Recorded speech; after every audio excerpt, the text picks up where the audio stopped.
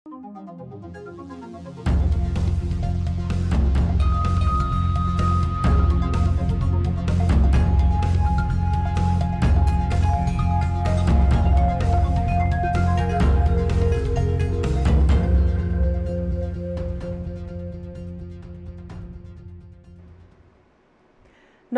यो हो news 24 television 8 बजेको न्यूज बुलेटिनमा स्वागत छ। नेपालमा दैनिक उपभोग्य वस्तुको मूल्य वृद्धिको दर हेर्दा कहाली लाग्ने अवस्था बनिसकेको छ। विगतमा कोरोना महामारीको बहानामा भएको मूल्य वृद्धिलाई अहिले रुस युक्रेन युद्धको कारण वात्तै बढाइदिएको छ। उसै पनि मुलुकको आर्थिक समस्याका कारण आम जनमानस प्रत्यक्ष र परोक्ष रूपमा प्रभावित नै छन्। त्यसमा अहिलेको अस्वाभाविक मूल्य वृद्धिले जनजीवन कठिन बनेको चित्कार जनमानस तहबाट निस्किरहेको छ। तर यो पीडा भरिएको आवाज सुन्ने निकाय अहिले कानमा तेल हालेर बसेको हो कि किन हो, कुनै प्रतिक्रिया नै दिँदैन। नेपाल सानो मुलुक हो, यसलाई विकास गर्न ठूलो प्रयत्न होइन, इमानदारीपूर्वक गरिने सामान्य कामहरू नै पर्याप्त छन्। तर जिम्मेवार निकायमा बस्नेले अहिलेको जस्तो जटिल अवस्थालाई केही भएकै छैन जस्तो गर्दा समस्या समाधान त टाढाको विषय हो, सुधारको अपेक्षा गर्ने आधार समेत पाइँदैन। सरकार अझै पनि मुलुकको समस्यालाई अनदेखा गर्दै भन्छ मुलुक विकास गर्छौं। आम नागरिकलाई यस्ता भाषणमा गरिने विकास होइन, दैनिकीमा अनावश्यक झन्झट बिहोर नपरे मात्र पनि हर्ष हुने थियो। जिम्मेवार निकायका अधिकारीहरूलाई यो प्रश्न अबका दिनमा यस्ता विषयलाई अलि बढी गम्भीर भएर पो ध्यान दिने हो कि? अब न्यूज बुलेटिनका हेडलाइन्स। राष्ट्रिय गौरवको आयोजनाको प्रगति विवरण निराशाजनक हुँदा सरकारी लगानीको दुरुपयोग, काम नहुने तर लागत बढ्नुको कारण बहानाबाजी रहेको विज्ञको निष्कर्ष। खर्च गर्दैन भने किन गरेन, दण्डित गर्नु पर्यो नि, सम्बन्धित व्यक्तिलाई दण्डित गर्नु पर्यो हैन। गैर सांसदलाई मन्त्री बनाउने सरकारी निर्णय विवादमा, भागभण्डा मिलाउनलाई कानुनको दुरुपयोग गरिएको आरोप, सत्ता गठबन्धन भने निर्णयको बचाउमा। जुन एउटा संवैधानिक लोकतन्त्रको मान्यता छ त्यो सन्तुलनलाई चाहिँ बिगार्नु हुँदैन। स्थानीय निर्वाचनका लागि राप्रपाको शक्ति प्रदर्शन, मुलुकको अवस्था सुधार्न पनि आफूलाई जिताउन अध्यक्ष लिङदेनको अपिल। विकल्प खोजेन र राप्रपाको यो विकल्पलाई साथ दिएन भने देश श्रीलङ्का बन्न सक्छ। नेकपा फुटाएको भन्दै माधव नेपाल र प्रचण्डमाथि एमाले अध्यक्ष ओलीको आक्रोश। आगामी संसदीय निर्वाचनमा 3 सिट मात्रै जितेर देखाउन नेता नेपाललाई चुनौती। टिमले हार्छ तर त्यो हारेको टिमको दस्तावेज, त्यसको घोषणापत्र त्यो चाहिँ र मुलुक आर्थिक र राजनीतिक सङ्कटमा फँसेको भन्दै सरकार विरुद्ध कदम चाल्ने विपक्षी दलको तयारी। समाधानको उपयुक्त कदम नचाले अविश्वासको प्रस्ताव ल्याउने चेतावनी।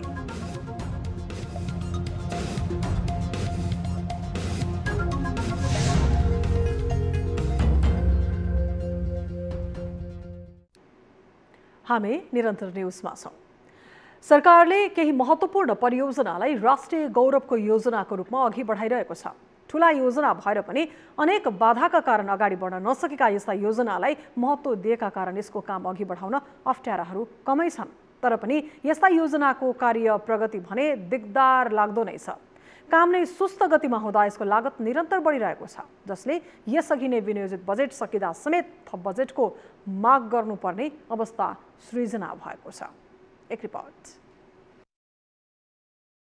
सरकारले राष्ट्रिय गौरव मानेका आयोजनाहरूको काम निर्बाध सञ्चालन हुनुपर्ने हो। बजेट विनियोजनका क्रममा प्राथमिकतामा पर्ने यी योजनाले अन्य योजनाको तुलनामा बढी प्राथमिकता पाउँछन्। तर पनि नेपालमा यस्तो आयोजनाका कामको प्रगति सन्तोषजनक हुने गरेको छैन। अनेक बहानामा यसको कामलाई सुस्त बनाउँदा वर्षेनी लागत बढ्ने गरेको छ भने राज्यलाई अतिरिक्त भार समेत पर्ने गरेको छ। चालु आर्थिक वर्षमा सरकारले यस्ता आयोजनाका लागि विनियोजन गरेको बजेट खर्च भइसकेको छ, तर पनि यसको काम अपेक्षाकृत गतिमा अघि बढेको छैन। कतिपय आयोजनाहरूले भने बजेट नपुगेको भन्दै थप बजेट माग गरिरहेका छन्। यस्तो अतिरिक्त बजेट माग्ने आयोजनाहरूको भौतिक प्रगति हेर्ने हो भने निराशाजनक नै छ। सरकारले अख्तियारी तोकेर दिएका आयोजनाहरूको अवस्था पनि सन्तोषजनक छैन। सरकारको व्यवस्था, दण्डहीनता जस्ता कारणले यस्ता आयोजनाको लागत मात्रै बढ्ने तर काम नहुने अवस्था सिर्जना भएको विज्ञहरू बताउँछन्। अख्तियारी पूर्ण रूपले पाइसकेको परियोजनामा पनि खर्च गर्दैन भने किन गरेन, दण्डित गर्नु पर्यो नि, सम्बन्धित व्यक्तिलाई दण्डित गर्नु पर्यो हैन। यथा स्थितिमा छ, केही प्रगति नै हुन सकेको छैन दशकौँदेखि भने त्यसमा अहिले पैसा दिनु भएन। आयोजना निर्माणका लागि हरेक वर्ष सरकारले बजेट विनियोजन गर्ने गरेको छ। सोही आधारमा आयोजनाहरूमा मातहतका मन्त्रालयहरू मार्फत रकम निकासा हुने गरेको छ। समय सीमा सकिन लागेको तर भौतिक विकासको अवस्था भने अगाडि बढ्न नसकेका कारण बजेटमा गरिएको आयोजनाहरूको दाबी छ।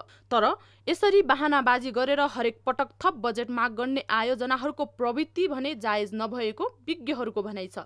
आयोजनाको काम पनि सम्पन्न हुन नसक्ने, किन सम्पन्न हुन सकेन भने जति स्टेक होल्डर, जति मान्छेहरू त्यहाँ संलग्न छन्, हरेकले आफ्नो किसिमको उदाहरण दिएर उसले अर्कोलाई दोष दिने, उसले अर्कोलाई दिने, यो ब्लेम गेम एडमिनिस्ट्रेसन हाम्रो छ क्या अहिले। प्रशासन अर्कालाई दोष दिने गरेर प्रशासनको संयन्त्र अहिले पुनर्गठित भइरहेको छ अहिले नेपालमा।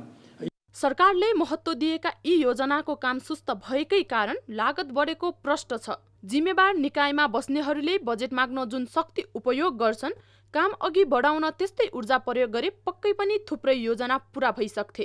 अब पनि सरकारले यी योजनाहरूलाई वर्गीकरण गरेर प्राथमिकता निर्धारण नगरे अवस्था सुध्रने संकेत देखिँदैन। यसका लागि अपेक्षा कम भएका आयोजनाहरूलाई यथास्थितिमा राखेर सम्पन्न नजिक पुगेका आयोजनाहरूमा बजेटको अभाव हुन नदिनु उपयुक्त हुन्छ। न्युज 24 टेलिभिजनका लागि क्यामेरामा गोपाल पङ्गेनीका साथ टिभी जर्नलिस्ट खगेश्वरी कार्की, काठमाडौँ। नेपाल बार एसोसिएसनको अध्यक्षमा वरिष्ठ अधिवक्ता गोपाल कृष्ण घिमिरे निर्वाचित भएका छन्। सत्ता गठबन्धनमा आबद्ध दलहरू निकट कानुन व्यवसायको संयुक्त प्यानलबाट उम्मेदवारी दिएका घिमिरेले करिब 2000 मतान्तरसहित बारको अध्यक्षमा निर्वाचित भएका हुन्। घिमिरेले 4474 मत प्राप्त गर्दा उनका निकटतम प्रतिद्वन्दी वरिष्ठ अधिवक्ता विष्णुमणि अधिकारीले 2482 मत प्राप्त गरे। त्यस्तै महासचिवमा गठबन्धन समर्थित उम्मेदवार अन्जिता खनाल 3682 मत ल्याउँदै विजयी भइन्। उनका निकटतम प्रतिस्पर्धी केदार कोइरालाले 2345 मत ल्याए। अध्यक्षमा विजय भएपछि घिमिरेले भ्रष्टाचार मुक्त स्वच्छ न्यायालय बनाउने प्रतिबद्धता पनि व्यक्त गरे।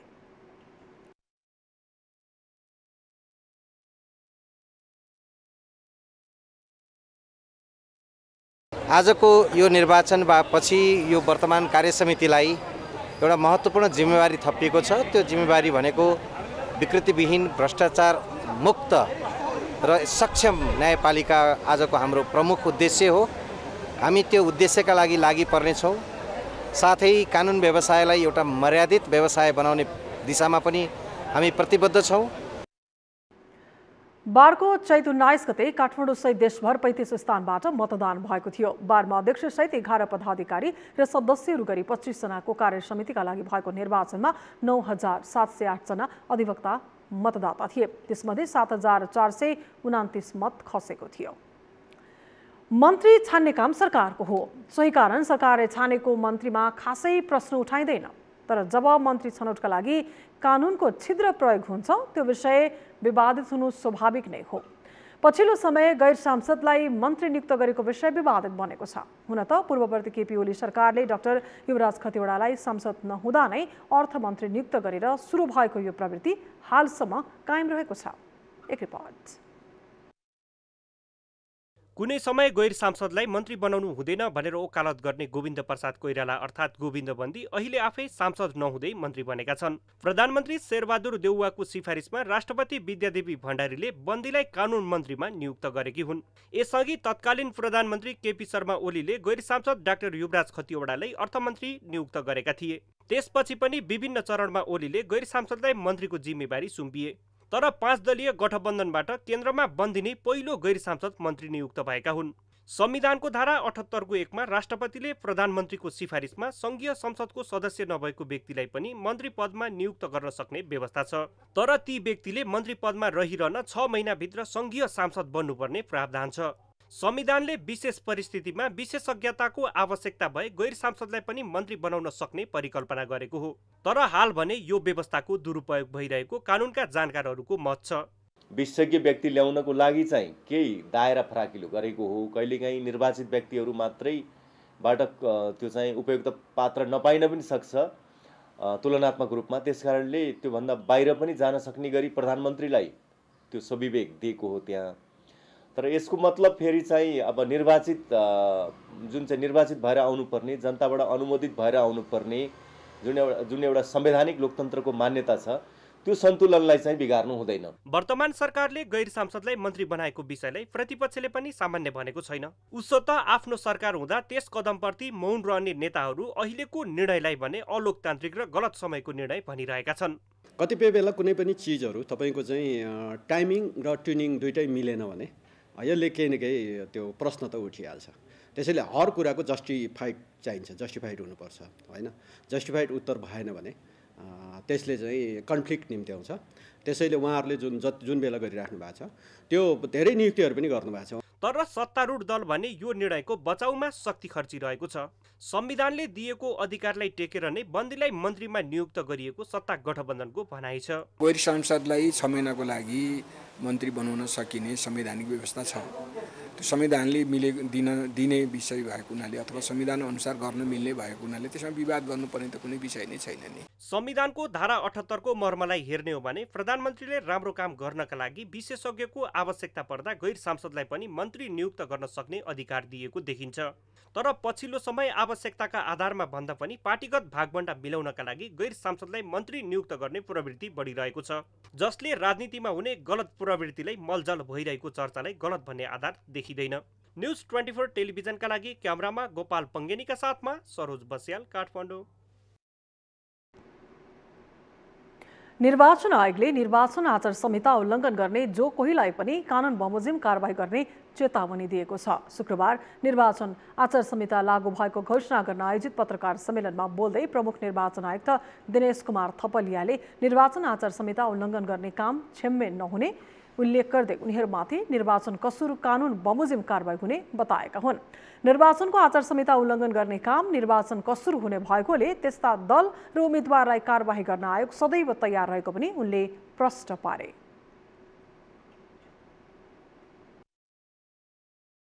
अब कुनै पनि बहालवाला पदाधिकारीले यो हिम्मत गर्नुभयो भने त सलाम पो गर्ने हो त, किन विरोध गर्नु पर्यो? त्यसमा विरोध गर्नुपर्ने कुनै जरुरी छैन। यसको आधारमा उम्मेदवारी खारेज हुने भयो, यसको आधारमा भोलि फेरि अदालतमा प्रश्न उठेर उहाँले को चाहिँ त्यो निर्वाचन बदर हुने भयो भनेपछि त्यसको जिम्मेवार त आफू पनि त हुनु पर्यो नि। निर्वाचन आयोगले निर्वाचन आचार संहिता कार्यान्वयन भए नभएको अनुगमन गर्ने जिम्मेवारी तत्कालका लागि प्रमुख जिल्ला अधिकारीलाई दिएको छ। निर्वाचन आयोगले स्थानीय तहको उम्मेदवार बन्नका लागि संघीय सरकार, प्रदेश सरकार र स्थानीय सरकारबाट सेवा सुविधा लिएको हुन नहुने पनि स्पष्ट पारेको छ।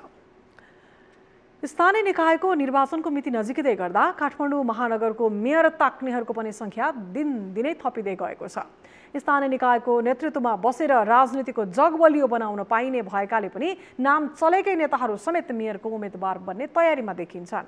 सत्तारूढ दल नेपाली कांग्रेसका तर्फबाट नेता तीर्थराम डङ्गोल, भीमसेन दास प्रधान आदिको नाम पनि मेयरको उम्मेदवारका रूपमा चर्चामा छ।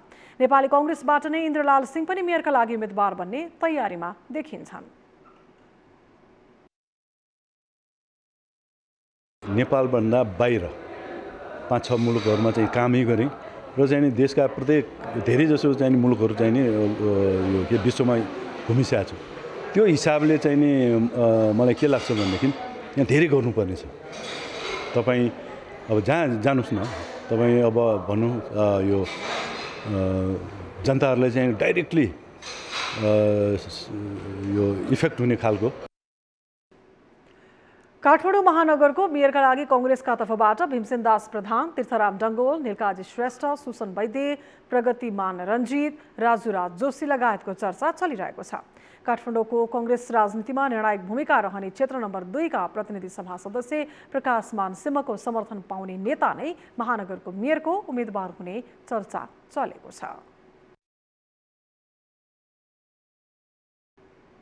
सरकारले विभिन्न 20 देशका राजदूत नियुक्तिका लागि सिफारिस गर्ने निर्णय गरेको छ। मन्त्री परिषदको निर्णय सार्वजनिक गर्न शुक्रबार सिंहदरबारमा आयोजित पत्रकार सम्मेलनमा सरकारका प्रवक्ता ज्ञानेन्द्र बहादुर कार्कीले विभिन्न देशमा राजदूत नियुक्तिका लागि सिफारिस गरिएको बताएका हुन्। बैठकले हेटौडा सिमेन्ट उद्योग लिमिटेडको महाप्रबन्धकमा वसन्त कुमार पाण्डेलाई नियुक्त गरेको छ भने अम्लेखगञ्ज सब स्टेशनको लागि जग्गा प्राप्ति गर्ने र प्रारम्भिक कारबाही चलाउने अधिकारी तोक्ने निर्णय गरेको छ। यस्तै बैठकले अन्य विभिन्न नियुक्तिहरू पनि गरेको छ। अम्लेखगञ्ज सब स्टेसनको लागि जग्गा प्राप्ति गर्ने र प्रारम्भिक कारबाही चलाउने अधिकारी तोक्ने। पश्चिम सेती कोरिडोर 400 केबी प्रसारण लाइन आयोजनाको लागि जग्गा प्राप्ति गर्ने र प्रारम्भिक कारबाही चलाउने अधिकारी तोक्ने। लाठीनाथ 33 केबी प्रसारण लाइन तथा सब स्टेसनको लागि जग्गा प्राप्ति गर्ने र प्रारम्भिक कारबाही चलाउने अधिकारी तोक्ने। त्यस्तै मन्त्री परिषदले सैनिक विशेष अदालतको अध्यक्षमा अदालतको कामकाज समेत गर्ने गरी उच्च अदालत पाटनका न्यायाधीश महेश प्रसाद पुडासैनीलाई तोक्ने निर्णय गरेको छ। भूकम्पबाट प्रभावित संरचनाको पुनर्निर्माणको पुनरावेदन समितिको अध्यक्षमा अदालतको समेत कामकाज गर्ने गरी उच्च अदालत पाटनका न्यायाधीश बालेन्द्र रूपाखेतीलाई तोक्ने निर्णय भएको प्रवक्ता कार्कीले जानकारी दिए।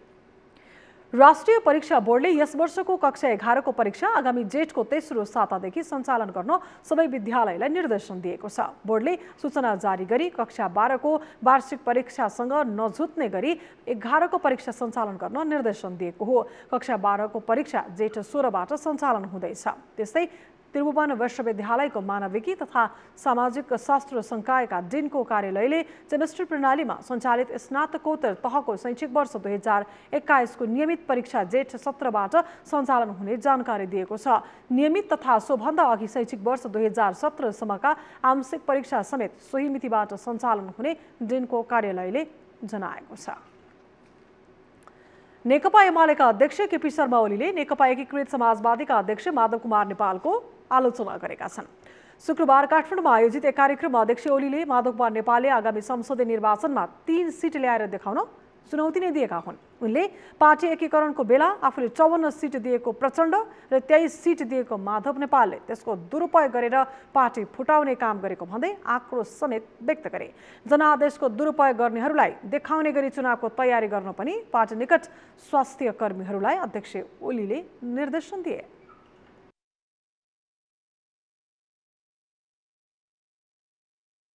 भविष्यमा कालान्तरमा जुडिसियरीको बारेमा लिगल सेक्टरको बारेमा यदि नेपालको कसैले स्टडी गर्नु पर्यो भने हाम्रो टिमले हार्छ, तर त्यो हारेको टिमको दस्तावेज, त्यसको घोषणापत्र, त्यो चाहिँ एउटा पाठ्य सामग्रीको रूपमा, एउटा गाइडलाइनको रूपमा, त्यसले भनेका कुरा नै वास्तवमा गन्तव्यका रूपमा भोलि हरेकले त्यसैलाई पढेर अगाडि बढ्नुपर्छ, त्यसैबाट कपी गरेर अगाडि बढ्नुपर्छ।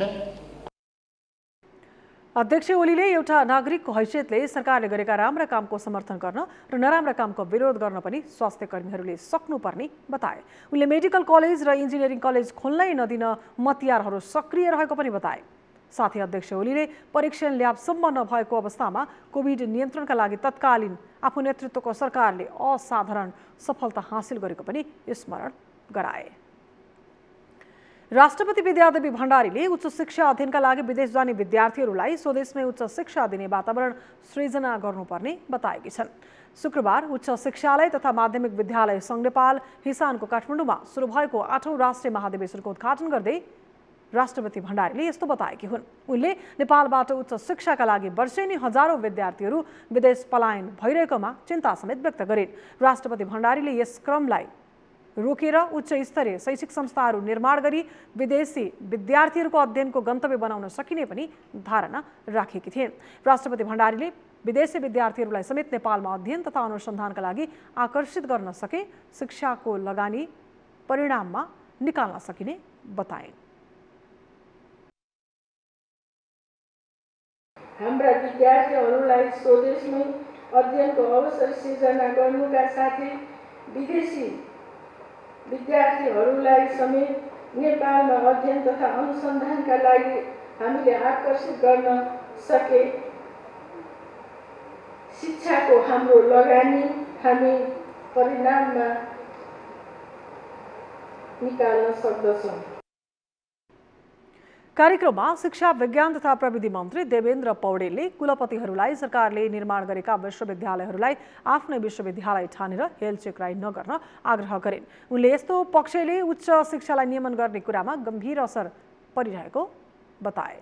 जस्तो सङ्घीय प्रणाली अनुरूप सातै प्रदेशमा परीक्षा बोर्डहरू कायम गरेर अर्को सालदेखि परीक्षा बोर्डले एससीको परीक्षा त्यही नै सातै प्रदेशमा हामीले चाहिँ खास गरी नासको तर्फबाट प्रदेशमा नै हामीले चाहिँ रिसर्च सेन्टरहरू खोलेर त्यसलाई प्रदेशमा स्थापित गरेर चाहिँ अगाडि बढाउने, सातै प्रदेशमा हामीले सिटिबिटीका चाहिँ कार्यालयहरू स्थापना गरेर त्यहीँबाट हामीले चाहिँ 753 पालिकामा पुर्याउने। मन्त्री पौडेलले सरकारले उच्च शिक्षालाई नियमन र व्यवस्थित गर्न लागि परेको पनि जानकारी गराएका थिए।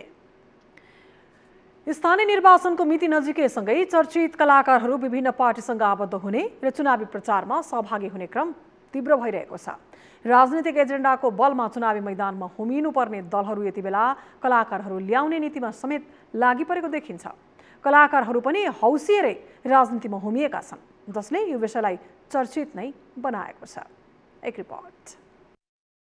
पछिल्लो समय नेपालमा पनि कलाकारहरू राजनीतिमा सक्रिय बनिरहेका छन्। छिमेकी मुलुक भारतमा कलाकार तथा क्रिकेटरहरू राजनीतिमा आउने क्रम विगतदेखि नै थियो। हाल नेपालमा पनि राजनीतिक दलहरूले विशेष गरी चुनावको मुखमा कलाकारहरू पार्टीमा भित्र्याएर जनमत आफ्नो पोल्टामा पार्ने प्रयास गरिरहेका छन्। फिल्मकर्मी रमेशजङ रायमाझी नेपाली कांग्रेसबाट, गायिका कोमल ओली नेकपा एमालेबाट सांसद नै छन्। हालै अभिनेत्री करिश्मा मानन्दर नेकपा एमालेमा प्रवेश गरी अहिले चुनावी प्रचारमा सक्रिय भएकी छिन्। यति मात्र होइन, अभिनेत्री रेखा थापा राष्ट्रिय प्रजातन्त्र पार्टीको महामन्त्री पदमा नै भिडेर पराजित भइन्। उनी अहिले चुनावी प्रचारमा व्यस्त छिन्। यस्तो व्यस्तता अन्य कलाकारहरूमा पनि छ। यी त केही प्रतिनिधि पात्र मात्र हुन्। 2062-63 को आन्दोलन पश्चात नेपाली राजनीतिमा कलाकारहरूको मोह बढिरहेको पाइन्छ, तर उनीहरूको राजनीतिक यात्रा भने अस्थिर देखिन्छ। कलाकारहरू एउटै पार्टीमा लामो समय टिकेको खासै पाइँदैन। अभिनेत्री करिश्मा मानन्दर 2072 सालको अन्त्यतिर बाबुराम भट्टराई नेतृत्वको नयाँ शक्ति पार्टीमा रहेकी थिइन्। उनीसँगै कलाकार सरोज खनाल र अशोक शर्मा पनि उक्त पार्टी प्रवेश गरेका थिए। तर मानन्दर अहिले एमालेकी नेत्री बनिसकेकी छिन्। त्यस्तै राष्ट्रिय सभा सांसद कोमल ओली एमाले प्रवेश गर्नुअघि राष्ट्रिय प्रजातन्त्र पार्टीमा थिइन्। यसैगरी नेपाली कलाकारिता क्षेत्रका पुराना हस्ती निर शाह पहिले तत्कालीन एकीकृत माओवादीमा थिए, पछि नेपाली कांग्रेसमा प्रवेश गरे।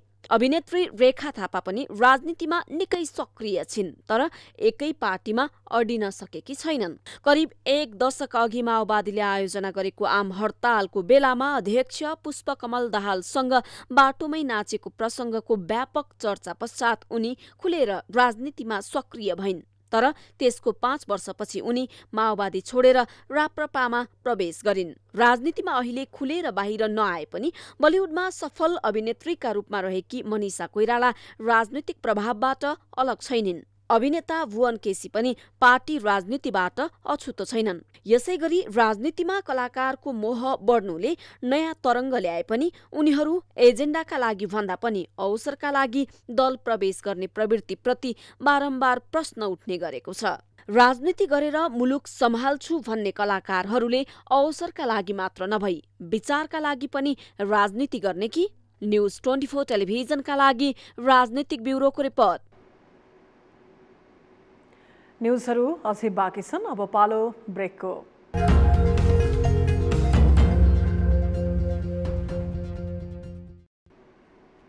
हामी निरन्तर न्युजमा छौँ।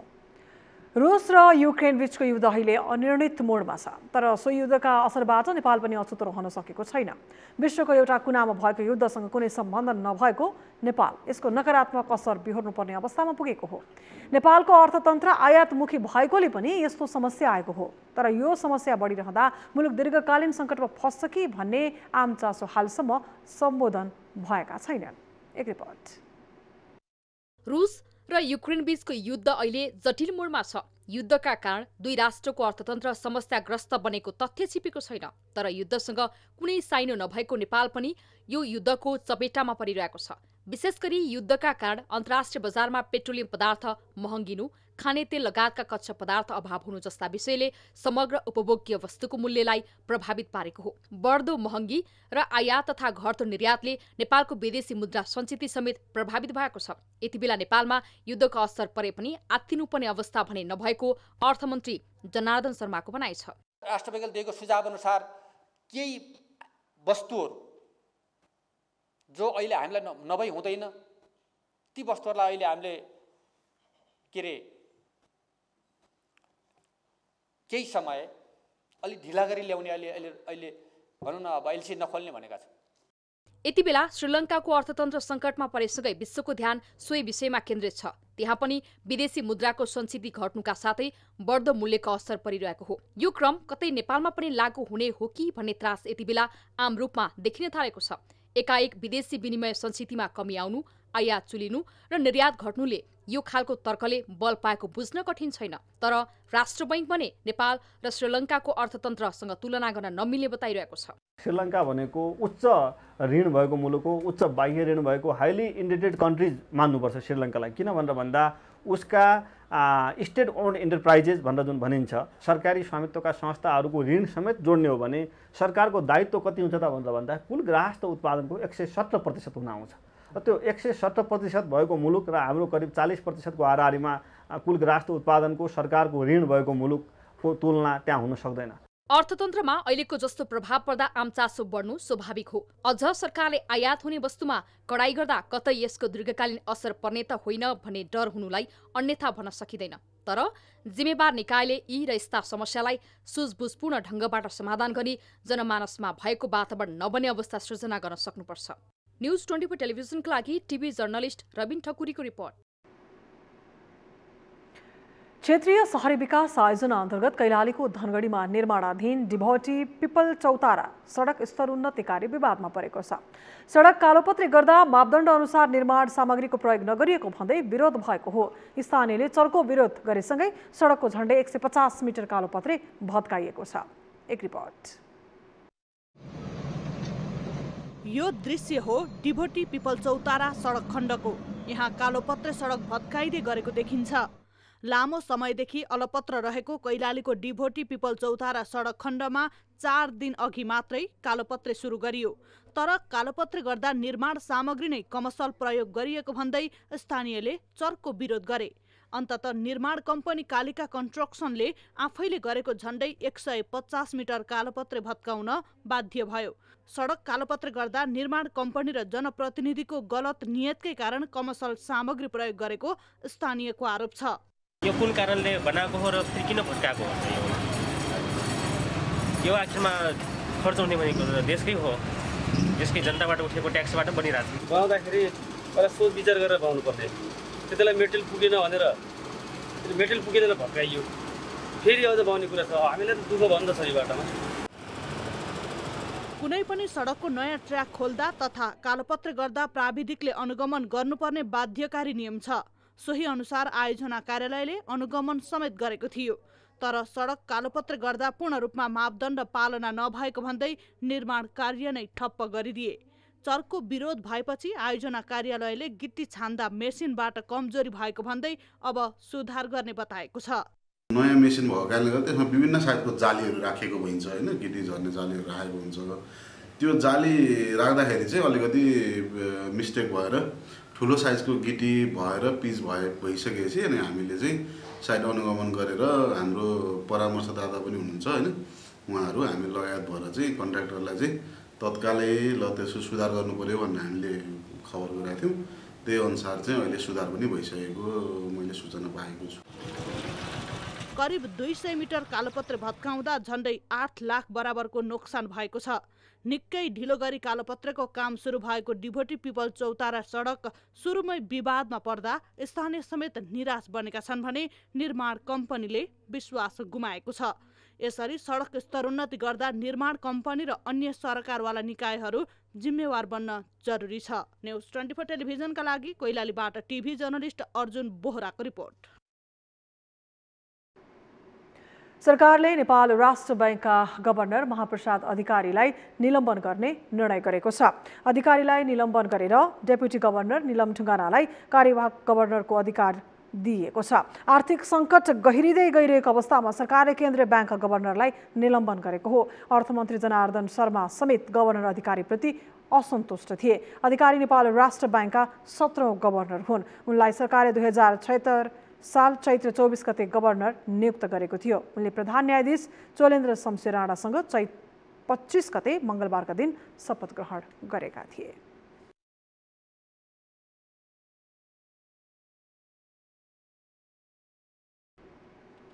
नेपालमा सामुदायिक विद्यालयले दिने शिक्षाको गुणस्तरमा प्रश्न उठ्दै आइरहेको छ। अधिकांश सामुदायिक विद्यालयहरूले पूर्वाधार र जनशक्तिको अभावमा प्रभावकारी रूपले पठन पाठन क्रियाकलाप गर्न नसकेको जगजाहेरै छ। तर झापाका 2 सामुदायिक विद्यालयले दिने गुणस्तरीय शिक्षा अहिले अन्य सामुदायिक विद्यालयको लागि समेत उदाहरण बनेको छ। विद्यालयको भौतिक पूर्वाधार र सिकाइ प्रणाली कुनै निजी विद्यालय भन्दा कम नरहेको विद्यार्थी तथा अभिभावकहरू बताउँछन्। एक रिपोर्ट। झापाको मेचीनगर 8 मा रहेको आदर्श माध्यमिक विद्यालय र मेचीनगर 14 मा रहेको बालसुबोधनी माध्यमिक विद्यालय पूर्वाधार र गुणस्तरीय शिक्षाका कारण प्रख्यात छन्। विक्रमसम्म 2025 सालमा स्थापना भएको आदर्श माध्यमिक विद्यालयमा हाल कक्षा 12 सम्म अध्यापन गराइन्छ। हाल विद्यालयमा 1470 जना विद्यार्थी अध्ययनरत छन्। गुणस्तरीय पढाइ, सुविधा सम्पन्न भवन, प्रविधि तथा बालबालिका मैत्री विद्यालय भएका कारण पनि निजी विद्यालय छाडेर सामुदायिक विद्यालयमा भर्ना गरेको अभिभावकहरू बताउँछन्। हाई स्कुल धेरै नै राम्रो भइरहेछ र हामी हाई स्कुलमै लगाइरहेछौँ। नानीहरू राम्रो छ, सुरक्षित छ, बोर्डिङ भन्दा धेरै सुरक्षित छ। बोर्डिङमा बरु पानी सानीको व्यवस्था छैन, हाई स्कुलमा पानी सानीको व्यवस्था छ, पढाइ राम्रो छ। त्यही भएर हामी हाई स्कुलमै लगाइरहेछौँ। त्यस्तै विक्रमसम्म 2024 सालमा स्थापना भएको मेचीनगर 14 मा रहेको बाल सुबोधनी माध्यमिक विद्यालय स्थापना कालमा प्राथमिक तहसम्म मात्रै अध्यापन गराइन्थ्यो। विद्यालयमा हाल भने कक्षा 10 सम्म अध्यापन गराइन्छ। विद्यालयमा 600 विद्यार्थी अध्ययनरत छन्। सामुदायिक विद्यालयमा पनि अङ्ग्रेजी माध्यमबाट पढाइ हुँदा निजी विद्यालयका विद्यार्थीहरूसँग हरेक कुरामा प्रतिस्पर्धा गर्न सक्ने आत्मविश्वास बढेको विद्यार्थीहरू बताउँछन्। म 1 क्लासदेखि नै यही विद्यालयमा अध्ययन गरिरहेको छु। त्यतिखेर निकै चेन्ज थियो। अहिले आएर यो विद्यालयमा धेरै प्रगतिहरू भइरहेका छन्। यहाँको पढाइ सँगसँगै खेलकुद तथा अतिरिक्त क्रियाकलापहरूमा भाग लिँदै विद्यालयको नामहरू अगाडि बढाइरहेको छ। यो विद्यालय झापाकै नमुना विद्यालयका रूपमा पनि चिनिएको छ। बोर्डिङबाट यहाँ कक्षा 4बाट पढ्न थालेको हो र यहाँ बोर्डिङको भन्दा पढाइ कम छैन। यहाँ अङ्ग्रेजी पनि उत्तिकै राम्रो छ र यहाँ पढाइ सँगसँगै अतिरिक्त क्रियाकलापहरूमा पनि हामी सहभागी हुन पाउँछौँ। गुणस्तरीय शिक्षाका कारण यो विद्यालय 2071 सालमा तत्कालीन जिल्ला शिक्षा कार्यालय झापाबाट उत्कृष्ट घोषित भएर पुरस्कृत समेत भएको थियो। शैक्षिक भ्रमणका लागि आएका 500 बढी विद्यालयले यस विद्यालयको अवलोकन गरिसकेका छन्। यसरी आफ्नो विद्यालय अवलोकन गर्न देशैभरिका विद्यार्थी आउँदा थप काम गर्न ऊर्जा मिलेको प्रधानाध्यापक बताउँछन्। विभिन्न हामीले यहाँ अवलम्बन गरेका सफल अभ्यासहरू, विभिन्न पढाइदेखि अतिरिक्तका क्रियाकलापहरू, बाल व्यवस्थापन, हरियाली लगायतका कुराहरू हामीले अपनाएका सफल अभ्यासहरू हेर्न चाहिँ देशभरिबाट 500 भन्दा बढी विद्यालयहरूले यो विद्यालयको अवलोकन गरिसक्नु भएको छ। जहाँ इच्छा त्यहाँ उपाय भने झैं भनाइको गतिलो उदाहरण बनेका छन् झापाका यी 2 सामुदायिक विद्यालय। यदि देशभरिकै सामुदायिक विद्यालयहरू यस्तै हुने हो भने गुणस्तरीय शिक्षाको नाममा निजी विद्यालयहरूको कमाउ धन्दा बन्द हुने थियो। न्युज 24 टेलिभिजनका लागि झापाबाट टिभी जर्नलिस्ट युवराज आचार्यको रिपोर्ट। अब हेल्थ न्यूज।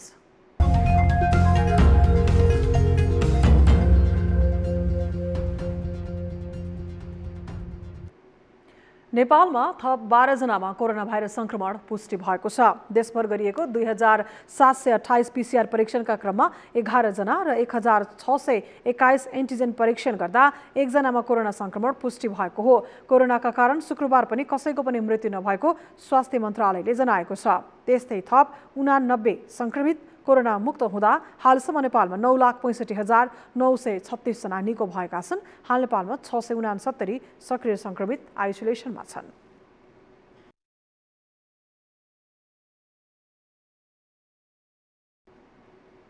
अब राप्रपाको आमसभा सम्बन्धी प्रसङ्ग। मुलुक स्थानीय निर्वाचनतर्फ लम्किरहेको छ। वैशाख 30 गते हुने स्थानीय निर्वाचनलाई आफ्नो पक्षमा पार्न राजनीतिक दलहरू कार्यकर्ता भेटघाट, घर दैलो अभियान र आमसभामा व्यस्त छन्।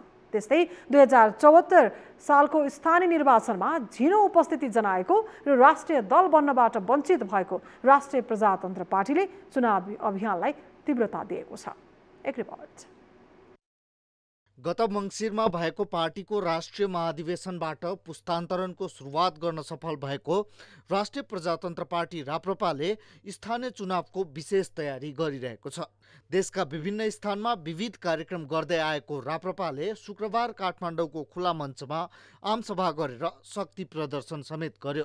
सानो दल भए पनि राप्रपाले ठूलो संख्यामा नेता कार्यकर्ता जम्मा पारेर ठूला दलको शैली समेत पछ्याएको देखिएको छ। राप्रपाका अध्यक्ष राजेन्द्र लिङ्गदेनले देश खराब गतिमा अगाडि बढिरहेको र अब विकल्प नखोज्ने हो भने मुलुक श्रीलङ्का र युक्रेनको हालतमा पुग्ने भन्दै विकल्पका लागि राप्रपालाई एकपटक अवसर दिन अपिल गरे। फेरि पनि यिनै विद्यमान पार्टीहरूलाई अहिले नै नेतृत्व गरिराखेका पार्टीहरूलाई भोट दिएर यो देश बन्छ भन्नु साँडेको टाङमुनि बाल्टी थापेर दुधको आशा गर्नु जस्तो।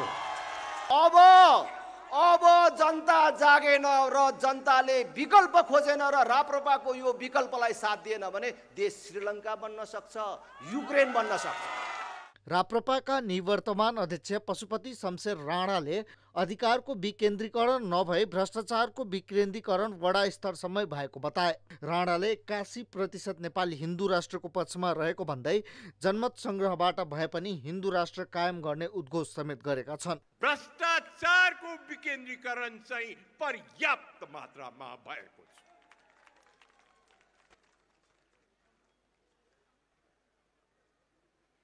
सिंहदहबाट सरेको घुसखोरीको रोग वडासम्म, वडाको कार्यालयसम्म सरेको छ साथीहरू। त्यस्तै निवर्तमान अध्यक्ष डाक्टर प्रकाश चन्द्र लोहनीले देशमा शान्तिपूर्ण क्रान्तिको आवश्यक परेको र त्यसको सुरुवात राप्रपाले गरेको दाबी गरेका छन्। नवसामन्तवादी सोच जसले आफ्नो बच्चाहरूलाई 1 लाख पर्ने स्कुलमा पढाउँछ र सामान्य जनताको बच्चाको लागि केही व्यवस्था गर्दैन, यही हो अग्रगमन भनेको, यही हो उपलब्धि भनेको होइन। यसलाई परिवर्तन गर्नुपर्छ। त्यो परिवर्तनको संवाहक राष्ट्रिय प्रजातन्त्र पार्टी भएर जान्छ अब भविष्यमा मित्रहरू। यो शान्तिपूर्ण क्रान्तिको एउटा मेसेज अर्को यो पनि हो। 2074 सालमा भएको स्थानीय तहको निर्वाचनमा 753 वटा स्थानीय निकायमा 100% उम्मेदवारसम्म उठाउन नसकेको राप्रपा यति बेला निर्वाचनलाई अवसरको रूपमा उपयोग गर्न चाहन्छ। यसका लागि सो दलले ठूला दलहरूको कमी कमजोरीको भण्डाफोर गर्नेदेखि पृथक राजनीतिक एजेन्डालाई अघि सारेको छ। यस्तै वैकल्पिक राजनीतिक दलको रूपमा आफूलाई उभ्याइरहेको यस दलले आगामी निर्वाचनमा कस्तो नतिजा पाउला भन्ने हेर्न केही समय कुर्नुपर्नेछ। न्यूज 24 टेलिभिजनका लागि क्यामेरामा अशोक मानन्धर, श्यामहरि पुडा सैनी र कान्छा डङ्गोलको साथमा टिभी जर्नलिस्ट प्रकाश बमको रिपोर्ट। अब बिजनेस न्यूज।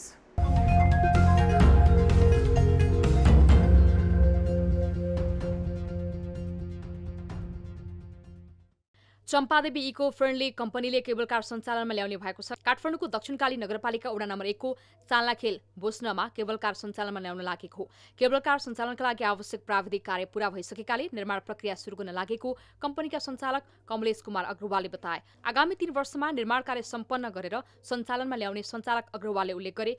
केबल कारको डिजाइन अस्ट्रियन कम्पनीले गरेको हो। उक्त स्थानमा युरोपियन केबल कार प्रयोगमा आउनेछन्। केबल कार प्रोजेक्ट निर्माणको लागत 600 करोडसम्म हुने अनुमान छ।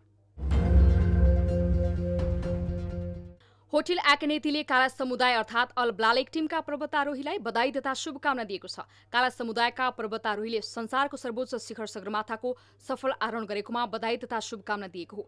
नेपाली र अमेरिकी नागरिकले सफल पर्वतारोहण गरेको 40 वर्षपछि पहिलो पटक ब्लालेक क्लाइम्बरले शिखर आरोहण गरेका हुन्।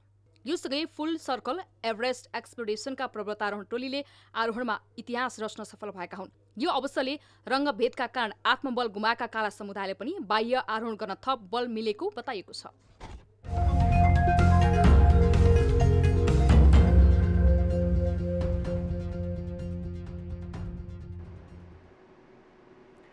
न्युजहरू अझै बाँकी छन्, अब पालो ब्रेकको।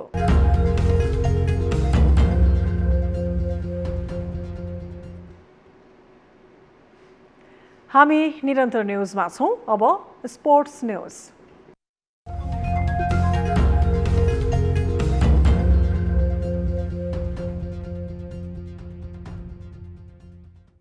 रूपन्देहीको भैरवास्थित सिद्धार्थ क्रिकेट रङ्गशालामा अस्ट्रेलियन क्रिकेटर शेन वार्नको स्मृतिमा Nepal pro club championship cricket प्रतियोगिता सुरु भएको छ। शुक्रबार भएको उद्घाटन खेलमा घरेलु टोली रूपन्देही 11ले मलेसिया 11माथि 6 विकेटको शानदार जित समेत हात पारेको छ। 132 रनको विजय लक्ष्य रूपन्देहीले 19 ओभर 2 बलमा 4 विकेट गुमाएर पूरा गर्यो। रूपन्देहीको जितमा प्रज्वल थापाले 38, बसिर अहमदले 27, सन्दीप रजालीले 24 र देव खनालले 22 रन जोडे।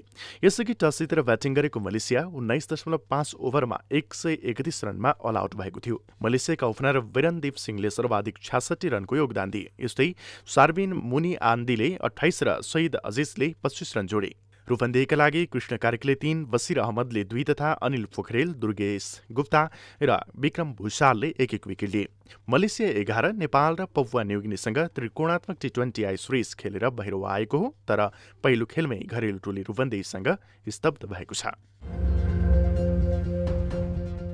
शहीद स्मारक बी डिभिजन लिग फुटबल अन्तर्गत शुक्रबार बाँसबारीले जित हात पारेको छ। आफ्नो अन्तिम खेलमा बाँसबारीले झम्सिकेल युथ क्लबलाई 2-1 गोल अन्तरले हराएको हो।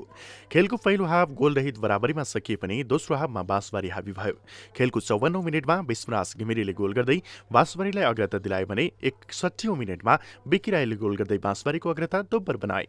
खेलको 79औं मिनेटमा झम्सिकेलका लागि सुब्राजले गोल फर्काए पनि सो गोल सान्तुनामै सीमित बन्यो। जितसँगै बाँसबारीले 13 खेलमा 19 अङ्क जोडेको छ भने झम्सिकेलले 13 खेलमा 9 अङ्क जोडेको छ र पुछारमा रहँदै रेलिगेसनमा परिसकेको छ। बी डिभिजन लिग अन्तर्गत नै शुक्रबार भएको अर्को खेलमा श्री भगवती क्लबले जित हात पारेको छ। आफ्नो अन्तिम खेलमा श्री भगवतीले वीरगन्ज युनाइटेडलाई 2-0 गोल अन्तरले पराजित गर्यो। श्री भगवतीका लागि खेलको 48औं मिनेटमा अनुज भण्डारीले गोल गर्दै सुरुवाती अग्रता दिलाए भने खेलको 82औं मिनेटमा व्यक्तिगत दोस्रो गोल गर्दै उनले श्री भगवतीलाई 2-0 को जित दिलाए। जितसँगै लिगको सुखद अन्त्य गरेको श्री भगवतीले 13 खेलमा 18 अङ्क जोडेको छ भने वीरगन्जले 13 खेलमा 16 अङ्क जोडेको छ। बी डिभिजन लिगमै शुक्रबार भएको तेस्रो खेलमा च्याम्पियन चर्च बोयज युनाइटेड विजय भएको छ। आफ्नो अन्तिम खेलमा सरस्वती युथ क्लबलाई 2-1 गोल अन्तरले हराएर चर्च बोयजले जित हात पारेको हो। खेलको 24औं मिनेटमा विकास राईले गोल गर्दै चर्च बोयजलाई सुरुवाती अग्रता दिलाए, तर 46औं मिनेटमा सरस्वतीका सनम धिमानले गोल गर्दै खेल 1-1 को बराबरीमा फर्काए। खेलको 66औं मिनेटमा आशिष चौधरीले गोल गर्दै चर्चको अग्रता 2-1 को बनाए। त्यसपछि सरस्वती लयमा फर्कन नसक्दा हार बिहोर्न बाध्य भयो। जितसँगै सिजनको सुखद अन्त्य गरेको champion church boys A division लिगमा समेत उक्लिएको छ। चर्च बोयजले लिगको 13 खेलमा 29 अङ्क जोड्दा सरस्वतीले 13 खेलमा 17 अङ्क जोडेको छ। नेपाली राष्ट्रिय फुटसल टोलीले दोस्रो मैत्रीपूर्ण खेलमा हार बेहोरेको छ। शुक्रबार किर्गिस्तानको क्लब फवाटर एफसीसँग भएको मैत्रीपूर्ण खेलमा नेपाल 2-0 गोल अन्तरले हार बेहोर्न बाध्य भएको हो। खेलको 20औं मिनेटमा किर्गिस्तानी टोलीले सुरुवाती अग्रता बनायो। दोस्रो हाफमा नेपाल लयमा फर्किए पनि नेपालको प्रहारले जाली चुम्न सकेन, तर 43औं मिनेटमा किर्गिज टोलीले 1 गोल थप्दै जित आफ्नो पक्षमा पार्यो।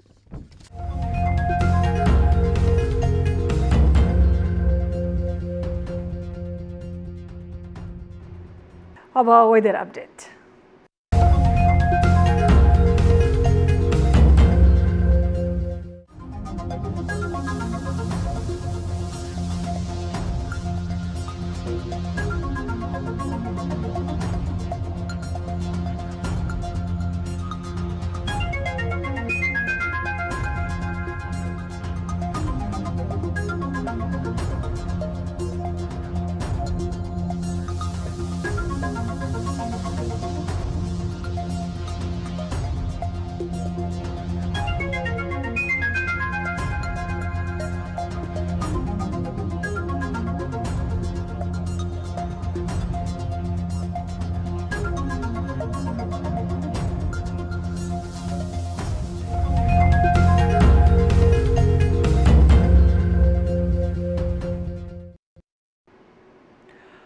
अब न्यूज बुलेटिनको अन्त्यमा पुनः हेडलाइन्स। राष्ट्रिय गौरवका आयोजनाको प्रगति विवरण निराशाजनक हुँदा सरकारी लगानीको दुरुपयोग, काम नहुने तर लागत बढ्नुको कारण बहानाबाजी रहेको विज्ञको निष्कर्ष। खर्च गर्दैन भने किन गरेन, दण्डित गर्नु पर्यो नि, सम्बन्धित व्यक्तिलाई दण्डित गर्नु पर्यो हैन। गैर सांसदलाई मन्त्री बनाउने सरकारी निर्णय विवादमा भागभण्डा मिलाउनलाई कानुनको दुरुपयोग गरिएको आरोप, सत्ता गठबन्धन भने निर्णयको बचाउमा। जुन एउटा संवैधानिक लोकतन्त्रको मान्यता छ त्यो सन्तुलनलाई चाहिँ बिगार्नु हुँदैन।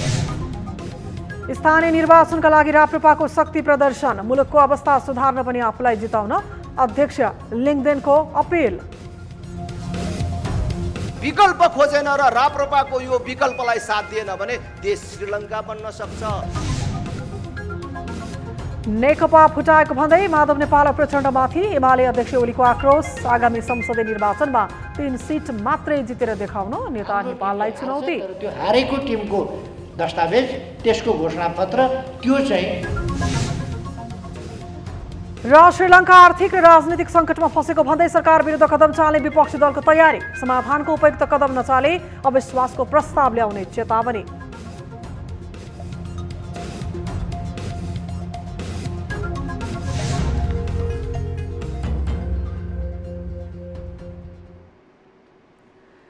आठ बजेको न्युज बुलेटिन अहिलेलाई यति नै। जाँदा जाँदै ताली र गालीका लागि हामीले सोधेको प्रश्न। जनकपुरमा यसपटक फोहोर तत्काल उठाउन अदालतले नै आदेश दिनु पर्यो। ल्यान्डफिल साइट नभएका कारण फोहोर नउठेको महानगरको जवाफ चित्तबुझ्दो छ भनेले तालीमा र छैन भनेले गालीमा भोट गर्नुहोला। हाम्रो पात्रको एप्लिकेसनमा गएर भोट गर्न सक्नुहुनेछ। थप न्युजका लागि हाम्रो वेबसाइट www.news24nepal.com हेर्नुहोला। साथै हामीलाई फेसबुक, ट्विटर र युट्युबमा पनि फलो गर्न सक्नुहुनेछ। यस्तै मोबाइल, भाइबर र इमेलबाट 24 हेल्प डेस्कमा समस्या र गुनासो भए सम्पर्क गर्न सक्नुहुनेछ। अहिलेलाई बिदा दिनुहोस्। हामी निरन्तर न्युजमा छौँ। नमस्ते।